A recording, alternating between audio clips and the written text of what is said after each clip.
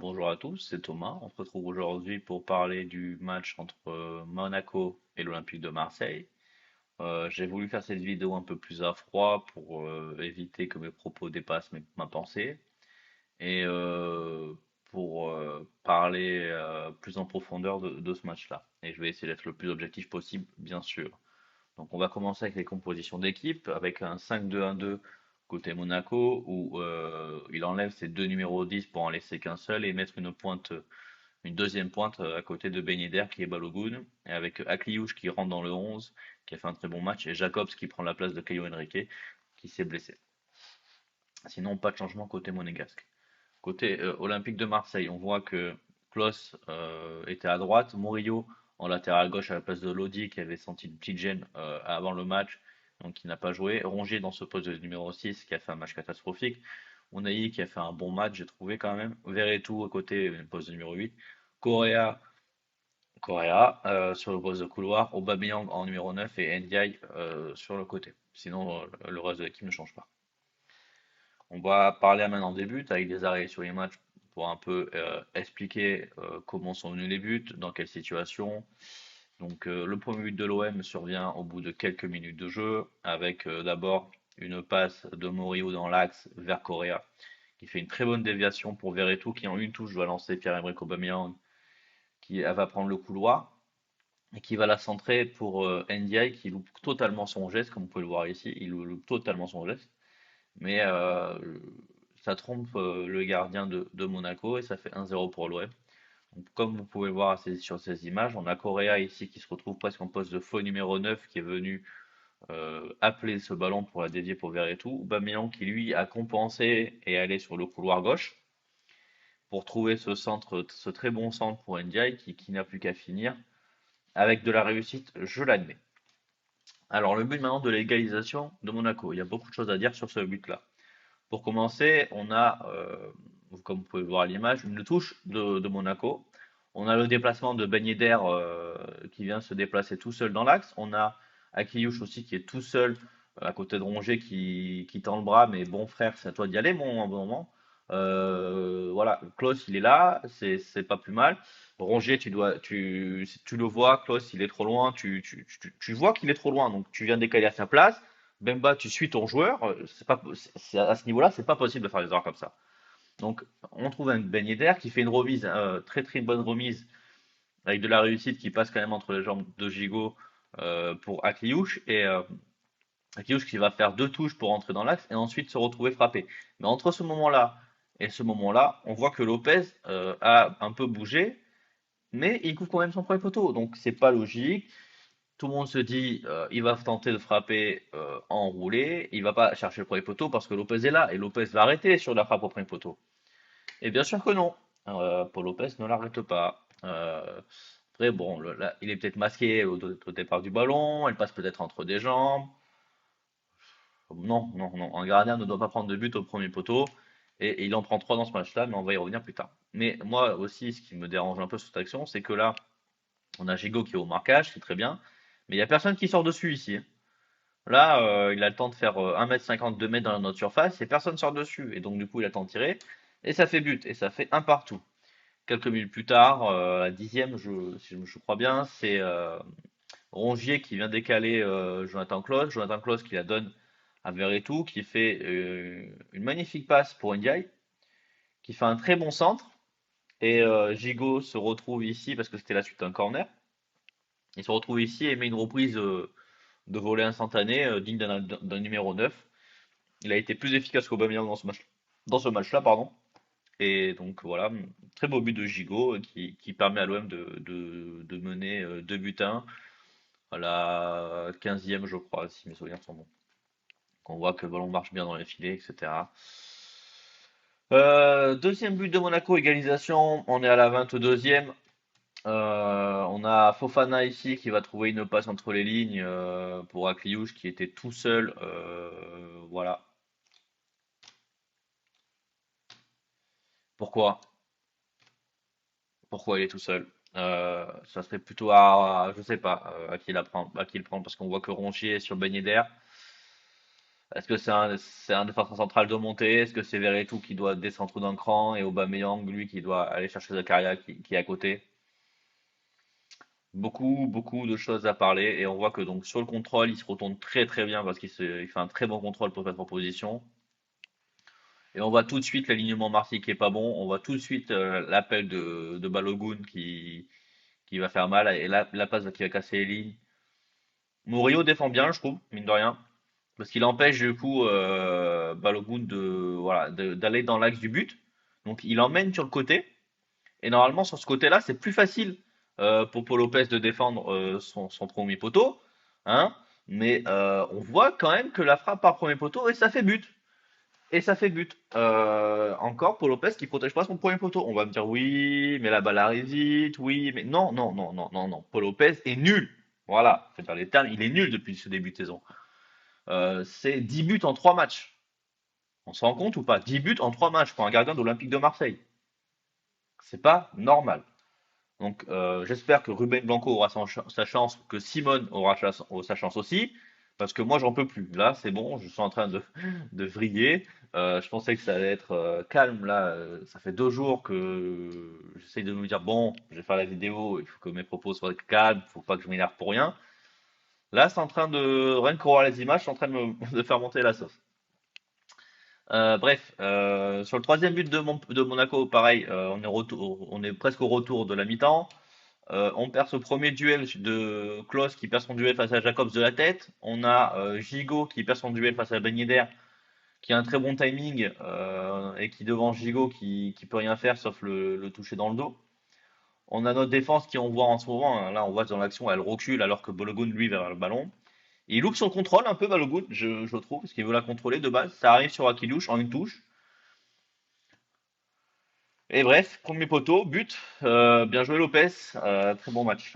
Bref, excusez-moi.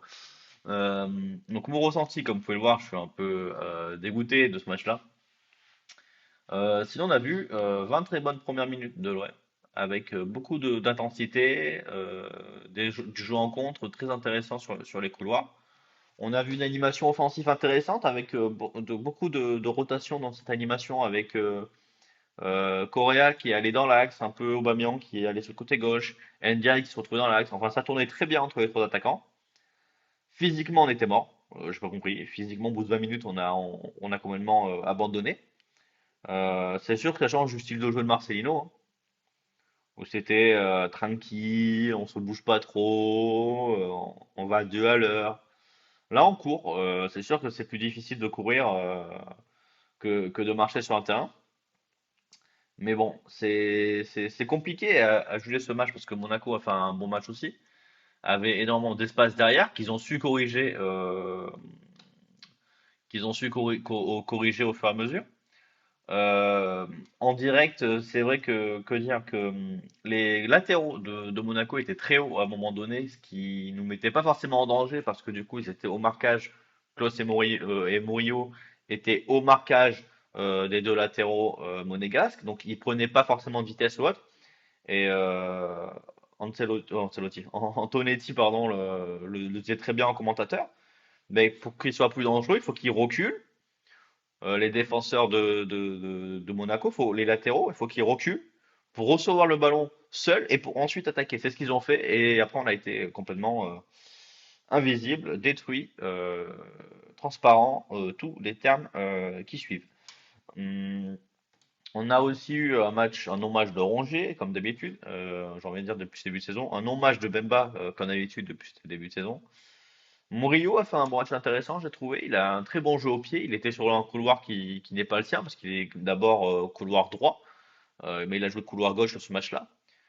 Ça montre aussi que Soglo, qui était le remplaçant de Lodi pour Marcelino, ne l'est pas pour Gattuso.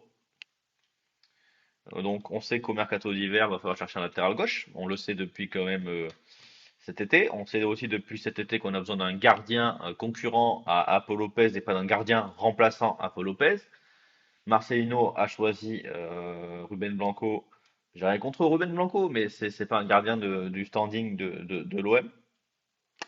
Enfin bref, Aubameyang, 5 premières minutes intéressantes avec ce centre, et puis plus rien. T'as l'impression qu'il court plus, qu'il avance plus.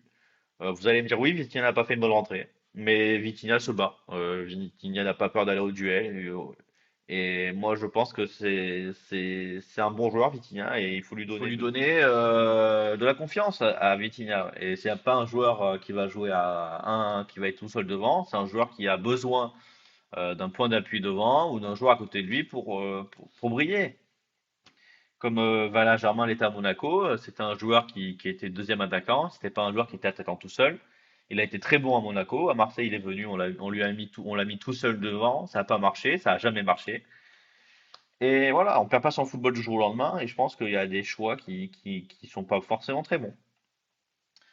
Donc voilà, mon ressenti. Est-ce que j'ai autre chose à dire sur Marseille? Non. Monaco, par contre, Ben Yedder a fait un très bon match. On va y aller sur les top flops après, sur les top flops après, mais on va parler du classement.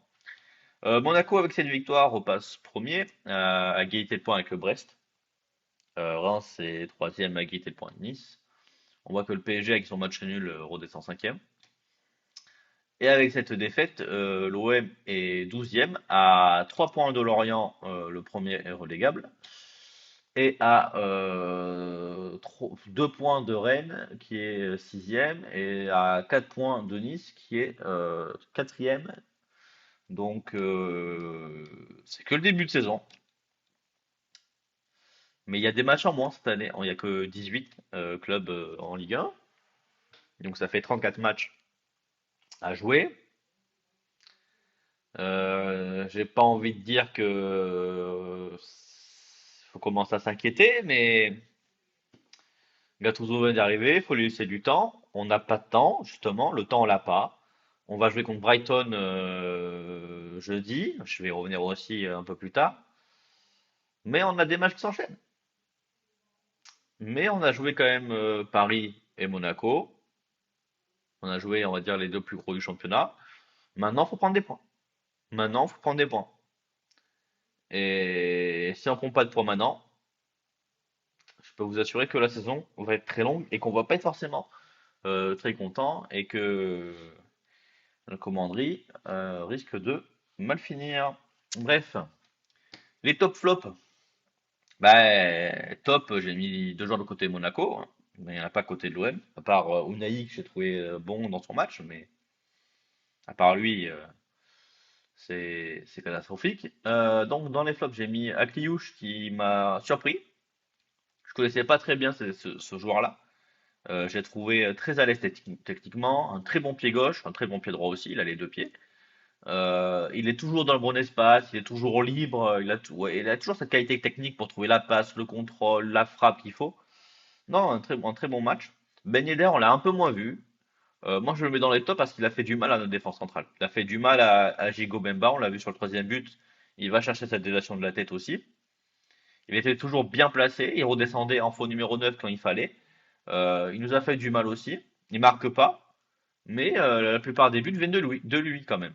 Donc moi je trouve qu'il a fait un très bon match.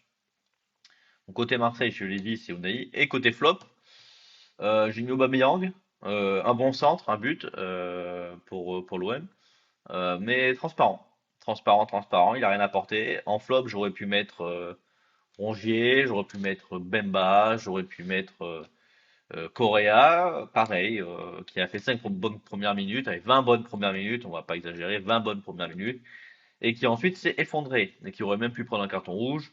Il s'est énormément agacé, et ça, moi, ça me plaît pas forcément. Et le top flop, vraiment le plus gros flop du match, vous l'avez à l'écran, Paolo Lopez. Comme je l'ai dit, c'est une continuité en fait. Là, c'est la continuité. Ça serait que sur ce match si je n'aurais pas été aussi méchant, aussi voilà, je n'aurais pas été aussi chiant envers lui quoi, si ça a été que ce match-là. Mais ça fait 3, 4, 5, 6 matchs qu'on enchaîne quand même un Paul Lopez flopesque.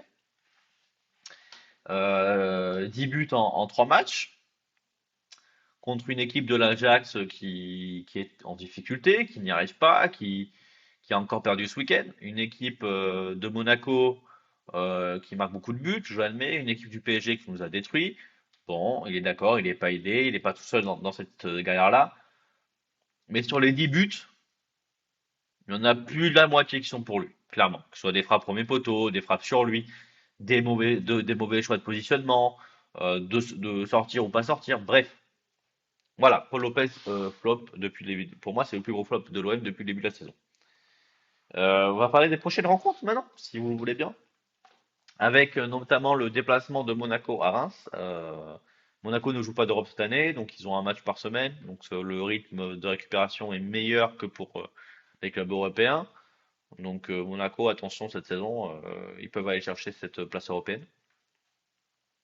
Mais c'est un choc de haut de tableau, parce que Reims est aussi troisième, on l'a vu au classement juste avant. Euh, Reims c'est une équipe qui joue bien, donc ça risque d'être un match très intéressant à regarder. Et donc voilà pour Monaco, pour l'OM, on a un match important jeudi contre Brighton en Europa League. Pas le droit à l'erreur. Là vraiment, ça sera au Vélodrome, on n'aura pas le droit à l'erreur. Brighton, je sais pas comment ils vont être mentalement. Ils viennent de prendre 6-1 contre Aston Villa en première ligue. Je pense qu'ils vont avoir un sursaut d'orgueil, ce que nous on n'a pas de joueur de caractère, comme je le disais dans la précédente vidéo. Ouais, j'ai peur de ce match-là, clairement. Je sais pas si mentalement on est bon, si on est bien mentalement, mais soit ça va être un match serré, de toute façon, soit ça va être un match serré, soit ça va être une déculottée. Vraiment, ça va être une claquasse qu'on va se prendre par Brighton. Et j'ai peur que ce soit ce scénario-là. J'espère pas, mais j'ai peur que ce soit ce scénario-là. Parce que clairement, je veux pas Marseille en mettre 5 ou 6, hein. Ça, je vous le dis tout de suite. Si on gagne, c'est un but, c'est 1-0, 2-1 à la grande limite. Mais on gagnera pas 3-0, 4-0, hein. Ça, il faut pas le voir, les gars. Et il faut être réaliste au moment. Par contre, on peut se prendre 5-0. Moi, ça, j'en suis persuadé. Enfin bref, je pense avoir fait le tour. J'espère que vous avez apprécié cette vidéo. J'ai été un peu piquant dans certaines de mes phrases envers l'Olympique de Marseille, mais c'est que j'aime ce club et ça me fait mal de voir comment on en est arrivé là. Mais c'est comme ça, si vous voulez. Sur ce, je vous souhaite une bonne journée, une bonne soirée. N'hésitez pas à liker, commenter et vous abonner pour ne pas louper les prochaines vidéos. Bye!